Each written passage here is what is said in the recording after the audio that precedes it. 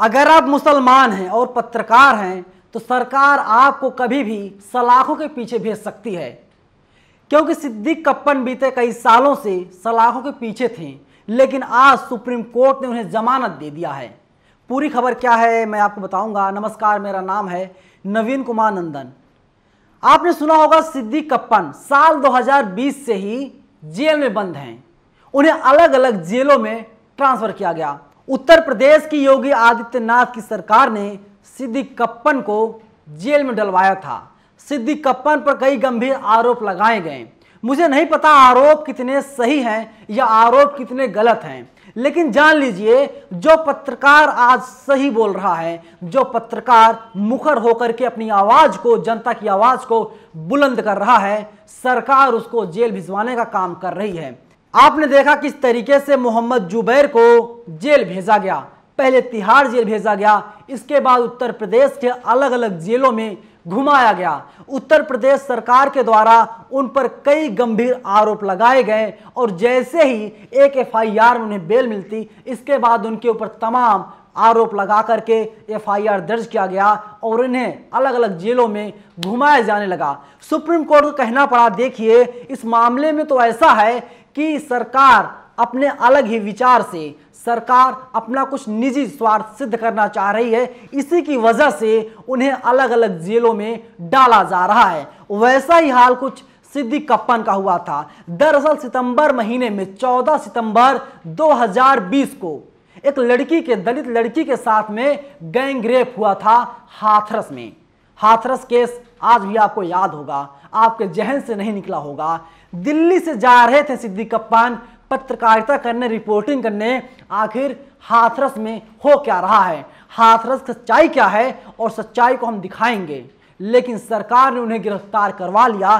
सरकार ने कहा ये पीएफआई से जुड़े हुए हैं, ये आतंकी संगठन के हिस्सा हैं और ये चाहते हैं उत्तर प्रदेश के साथ ही पूरे देश को जला दिया जाए। सरकार ने यूएपीए लगा दिया और उन्हें जेल के अंदर डलवा दिया।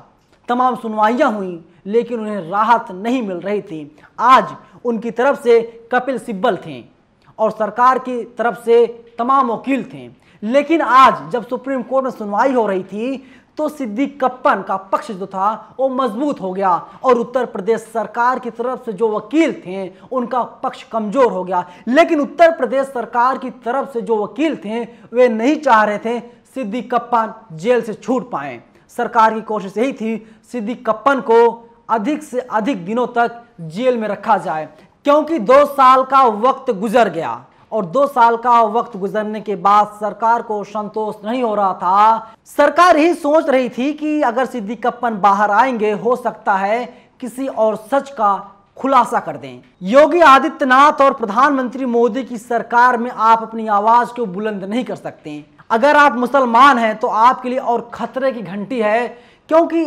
आपका नाम उर्दू अल्फाजों से है।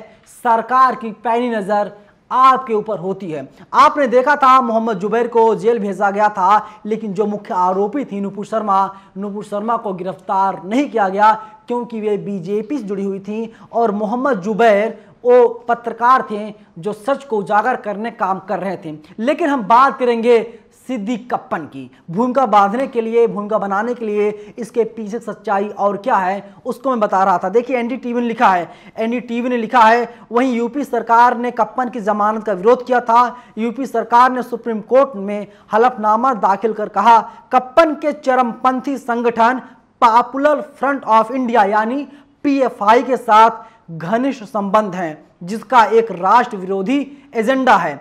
वहीं एनडीटीवी आगे लिखता है केरल के पत्रकार सिद्दीक कप्पन को सुप्रीम कोर्ट से जमानत मिली। इस मामले की सुनवाई सीजेआई यानी chief justice of India U U Lalit और जस्टिस एस रविंद्र भट्ट और जस्टिस पीएस नरसिम्हा की बेंच कर रही थी। वहीं यूपी सरकार ने कप्पन की जमानत का विरोध किया था। यूपी सरकार ने सुप्रीम कोर्ट में हलफनामा दाखिल कर कहा कि पीएफआई से इनके संबंध हैं, जिसका काम है राष्ट्रीय विरोधी एजेंडा चलाना और आतंक फैलाना। और कप्पन सीएनआरसी और बाबरी पर सुप्रीम कोर्ट के फैसले व हाथरस की घटना को लेकर धार्मिक उन्माद फैलाने की साजिश का बड़ा हिस्सा हैं। ओएसएफआई के वित्तीय शोधनकर्ता रऊफ शरीफ के साथ साजिश रच रहा था। साल 2010 में पीएफआई कैडर ने बेरहमी से न्यूमैन कॉलेज के क्रिश्चियन लेक्चरर टीजे थॉमस के हाथ काट दिए थे। ऐसा आरोप लगातार उत्तर प्रदेश सरकार की तरफ से लगाया जाता रहा। लेकिन फिर क्या होता है, 29 अगस्त को केरल के पत्रकार सिद्दीक कप्पन की जमानत याचिका पर सुप्रीम कोर्ट ने यूपी सरकार को नोटिस जारी करके 5 सितंबर तक जवाब मांगा था। यूपी सरकार ने नोटिस स्वीकार किया था। कप्पन की ओर से कपिल सिब्बल ने कहा था कि 45,000 रुपये बैंक में जमा कराने का आरोप है। पीएफआई कोई बैन या आतंकी संगठन नहीं बनाया गया है। वो अक्टूबर 2020 से जेल में हैं। वो पत्रकार हैं और हाथरस की घटना की कवरेज के लिए जा रहे थे। वहीं पुलिस ने 5,000 पन्नों की चार्जशीट दाखिल की थी। सोच लीजिए, जो व्यक्ति जा रहा है सच को दिखाने के लिए, उजागर करने के लिए, उसके साथ पुलिस का क्या बर्ताव होता है। बताया जाता है कि उसके संबंध तमाम आतंकी संगठनों से हैं और उसे गिरफ्तार कर लिया जाता है। देश विरोधी कानून लगाया जाता है, यूएपीए लगाया जाता है और वो 2 साल से जेल में बंद रहता है। लेकिन सरकार नहीं चाह रही थी सिद्दीक कप्पन जेल से बाहर आए। लेकिन देखना यही होगा, सिद्दीक कप्पन अब तो जेल से बाहर कुछ दिनों में आ जाएंगे, पूरी तरीके से रिहा हो जाएंगे। लेकिन क्या इसके बाद सिद्दीक कप्पन के साथ जेल में जो जातियां की गई, जिस तरीके से उन्हें परेशान किया गया, क्या सिद्दीक कप्पन उस सच्चाई को सामने लाएंगे या फिर नहीं लाएंगे, अपने में बड़ा सवाल है। क्योंकि आपको पता होगा, जब प्रशांत कन्नौजिया को उत्तर प्रदेश की पुलिस ने दिल्ली से गिरफ्तार किया था, प्रशांत कन्नौजिया एक इंटरव्यू में बताते हैं कि उत्तर प्रदेश की पुलिस कान में हिट देने का काम करती थी। सोचिए, जब कोई व्यक्ति फेसबुक पर, ट्विटर पर, इंस्टा पर या कहीं पर किसी अखबार में, किसी पत्रिका में सच लिख रहा है तो उसे इस तरीके से प्रताड़ित किया जाता है। प्रशांत कन्नौजिया हिंदू थे, इसी की वजह से उनके ऊपर इस तरीके के गंभीर आरोप नहीं लगाए गए, देश विरोधी आरोप लगा करके उन्हें जेल नहीं भेजा गया, जबकि मामला कुछ और था। इस सरकार की मानसिकता है, कहते हैं सब कुछ तुम्हारा ही है, तुम जो चाहो वो करो। क्योंकि शासन कर रहे हैं योगी आदित्यनाथ, सत्ता में योगी आदित्यनाथ बैठे हुए हैं और जो पुलिस होते हैं, जो अधिकारी कर्मचारी होते हैं, जान लीजिए वे हर एक वक्त सत्ता के गुलाम होते हैं। कोई भी अधिकारी सत्ता के खिलाफ कभी नहीं बोलता। अगर सत्ता के खिलाफ बोलेगा उसका क्या हश्र होगा आपको पता है। वो नौकरी नहीं करने पाएगा, उसे कहीं ऐसे जगह ट्रांसफ़र कर दिया जाएगा जहां पर उसे तमाम परेशानियों का सामना करना पड़ेगा। ये सिर्फ बीजेपी या कांग्रेस सरकार में नहीं है, लगभग सभी सरकारें ऐसा करती हैं। इसीलिए कहा जाता है कि जो अधिकारी कर्मचारी होते हैं वे सत्ता के तरीके के गुलाम होते हैं।